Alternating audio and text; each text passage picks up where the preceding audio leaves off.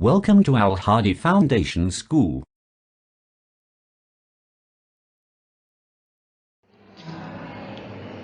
Assalamualaikum students. Today we are going to start our maths lecture from unit number 1, Introduction to Sets. Book page number 4 and the concept of set notation. Student इससे पहले हमने set की definition पढ़ी, elements क्या होते हैं, उनसे related questions किए, एग्जांपल्स ली. Now set notation. सेट की नोटेशंस कितनी हैं और कौन कौन सी हैं? A set may be written in 3 different forms called notations.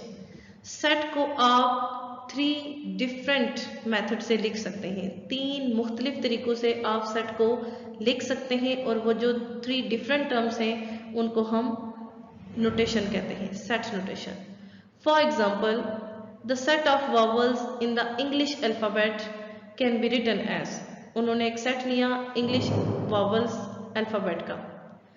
Set A उन्होंने ए से उसको डिनोट कर दिया, मीन्स के ए उसको नेम दे दिया सेट को, is equal to set of vowels in the English alphabet.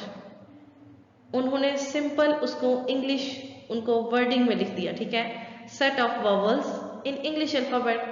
Simple जब आप वर्डिंग में लिखते हैं किसी भी सेट को, फॉर एग्जांपल आप लिखते हैं set of a cricket team, set of class 6 books, set of students of class 6. इसके अलावा set of 5 cities of Pakistan. अब ये जो मैं बोल रही हूँ, ये जो वर्डिंग हम बोल रहे हैं, ये भी सेट नोटेशन का एक मेथड है जिसमें आपने कोई उनके नाम नहीं लिखने. ठीक है, नाम नहीं लिखने, जस्ट आपने बताना है कि ये किस चीज़ का सेट है और उसको वर्डिंग में लिखना है. वो भी एक सेट की नोटेशन है और इसका नेम क्या है? The above form is called the descriptive notation, जिसमें आप सिर्फ सेट को डिस्क्राइब करेंगे, उसको आपने एक्सप्लेन नहीं करना, जिसमें सिर्फ आप उसको डिस्क्राइब करेंगे कि कौन सा सेट है, किस चीज़ का सेट है, जस्ट वर्ड्स में उसको डिस्क्राइब करेंगे. उसको आप कहते हैं डिस्क्रिप्टिव नोटेशन. डिस्क्रिप्टिव नोटेशन की आपके पास ये डेफिनेशन है. ये डेफिनेशन आपने अपनी नोटबुक पे लिखनी भी है और याद भी करनी है. डेफिनेशन क्या है आपके पास? In descriptive notation the set is described by a statement. Descriptive notation में आप सेट को एक स्टेटमेंट में, स्टेटमेंट क्या होता है? कोई भी बयान जिसमें आप वर्डिंग में लिखते हैं. जब आप स्टेटमेंट में सेट को डिस्क्राइब करते हैं and is not placed with in curly brackets, और आप इसको कर्ली ब्रैकेट्स में प्लेस नहीं करते.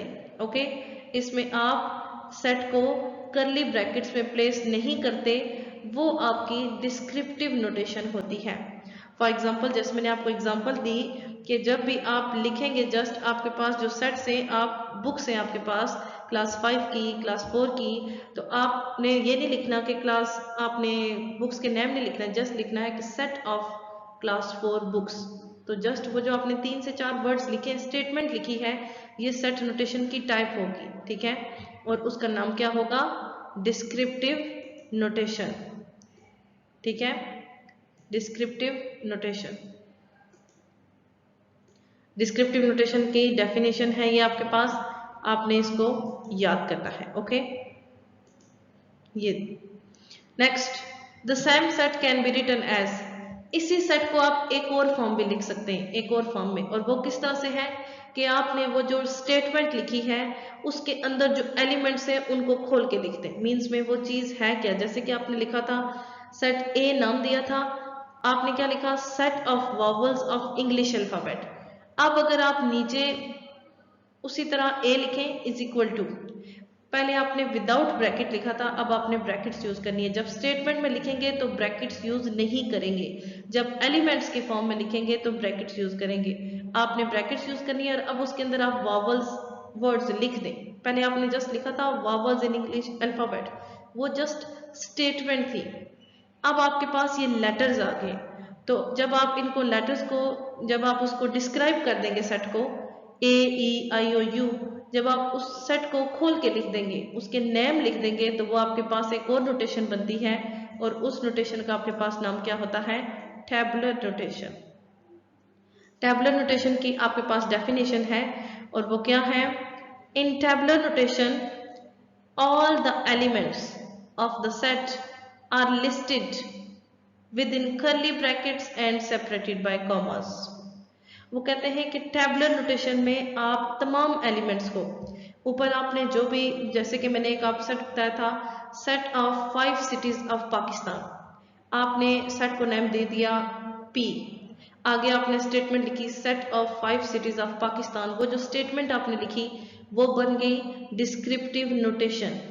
लेकिन जब आप नीचे सेट्स के, आपको अगर कोई कहे कि उन सिटीज के नेम भी लिखें, तो आप एक एक सिटी का नेम लिखेंगे, उनको कॉमर्स की मदद से सेपरेट करेंगे और करली ब्रैकेट्स की उनमें क्लोज कर देंगे, तो वो आपके पास टैबुलर नोटेशन बन जाएगी। मीन जब आप स्टेटमेंट के अंदर मौजूद चीज़ों को लिस्ट में डाल देते हैं, उनके नेम लिख देते हैं, तो वो आपके पास कौन सी नोटेशन बनती है?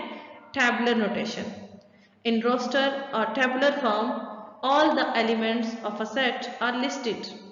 tabular form में आप तमाम elements को listed कर देते हैं, मीन्स उनको लिस्ट में एक एक चीज को आप अलग अलग से लिखते हैं उनके नेम के साथ। Look at the examples।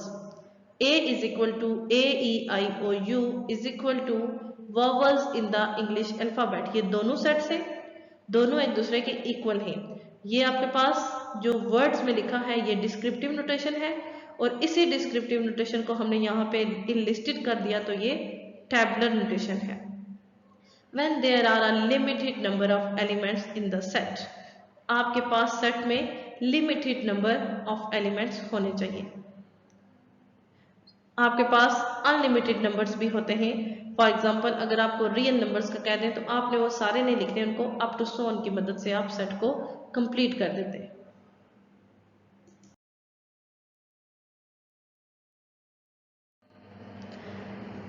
Next ये आपके पास इसी तरह से कुछ और एग्जांपल्स हैं सेट्स की।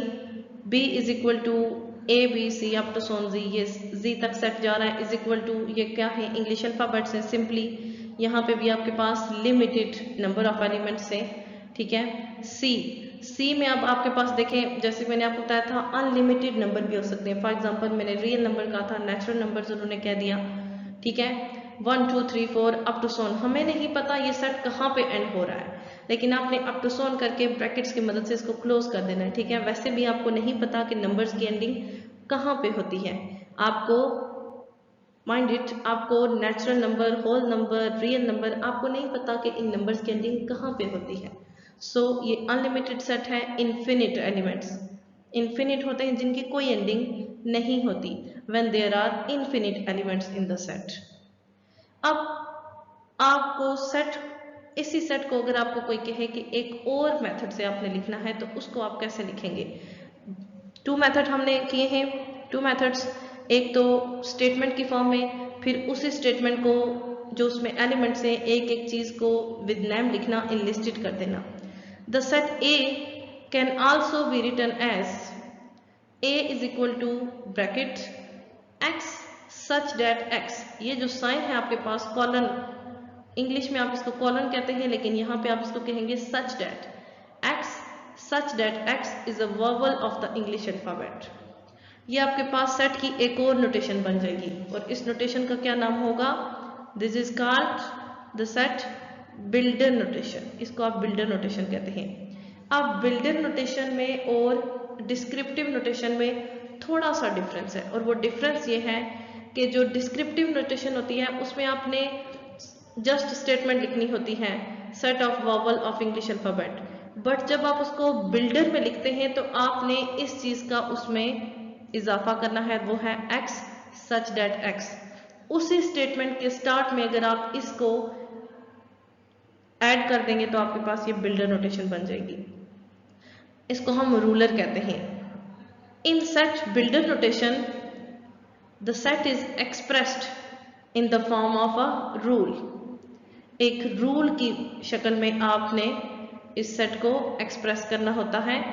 जब आपके पास डिस्क्रिप्टिव सेट, जस्ट आपने एक इसमें x सच दैट x को ऐड करना है, ये आपके पास बिल्डर नोटेशन बन जाएगी। ओके, बिल्डर नोटेशन की डेफिनेशन भी आपने लिखनी भी है और याद भी करनी है। अब इस सेट को रीड कैसे करना है, जैसे मैंने आपको बता दिया है, यहाँ पे वही लिखा है the set is read as. Set को रीड कैसे करना है, A is set of element of X, ठीक है। अब A से डोनेट कर रहे हैं, X जो है इसको कैसे पढ़ेंगे, X सच दैट X, जैसे कि मैंने आपको अभी ऊपर बताया, X such that X is the vowel of the English alphabet instead of the colon symbol। क्या है, instead of the colon symbol and other symbol. आप इस सिंबल की जगह ये सिंबल भी यूज कर सकते हैं, ये दो सिंबल्स हैं, ठीक है। ये symbol and this one is use to indicate such that, और ये इसको हम पढ़ेंगे क्या, सच दैट। दोनों सिंबल्स यूज कर सकते हैं, लेकिन पढ़ना आपने इसको सच दैट ही है, ठीक है। The set can be written as A is equal to X such that X। आप बेशक उसको इस टाइप पर लिखें, इस फॉर्म में, या फिर इस फॉर्म में, X such that X is a vowel of the English alphabet। Okay, hence are some more examples। यहाँ पे आपके पास अब examples given हैं। A set of the real numbers less than 9 can be written as। Real numbers लिखने हैं 9 से less, तो वो ऑब्वियसली आप 1 से स्टार्ट करेंगे, और आपके पास लेस देन 9 है तो वो 8 तक जाएंगे, क्योंकि 9 से छोटा उन्होंने कहा, 9 से कम, तो ये सेट उन्होंने लिख दिया। अगर आप इसको बिल्डर नोटेशन में लिखेंगे, एक और चीज़, अगर आपके पास स्टेटमेंट इस तरह से है जैसे कि names of cities of Pakistan, cricket team, तो उसको तो आप सिंबल्स में नहीं शो कर सकते। लेकिन अगर आपके पास नंबर्स आते हैं, for example less than this one, greater than this one, equal to this one, तो आपने उनको स्टेटमेंट में नहीं, आपने सिंबल्स में यूज करना है, सिंबल्स में बताना है। फॉर एग्जाम्पल इसको आप लेस देन 9 था, ये डिस्क्रिप्टिव फॉर्म थी, ये बिल्डर फॉर्म, सॉरी ये आपके पास टेबुलर फॉर्म हो गई, और ये आपके पास बिल्डर। बिल्डर में आप देखें, आप लेस देन का आपके पास साइन है, तो आपने साइन ही यूज करना है, सिंबल यूज करना है। A is equal to X such that X less than 9, less than का साइन यूज करना है।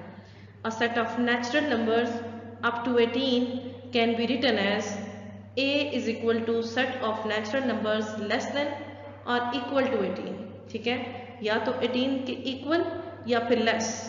तो यहाँ पे आपने इनको इनलिस्टेड कर दिया, लेकिन जब आप इसको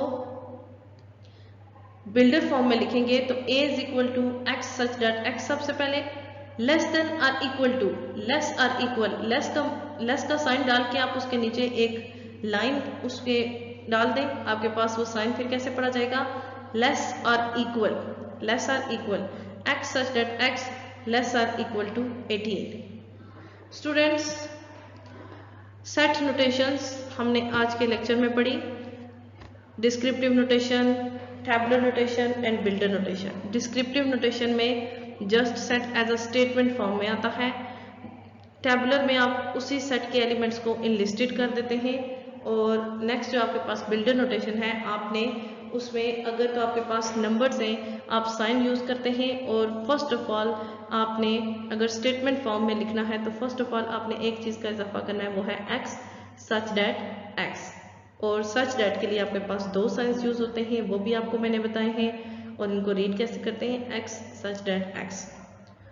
आज के लिए इतना ही काफ़ी है।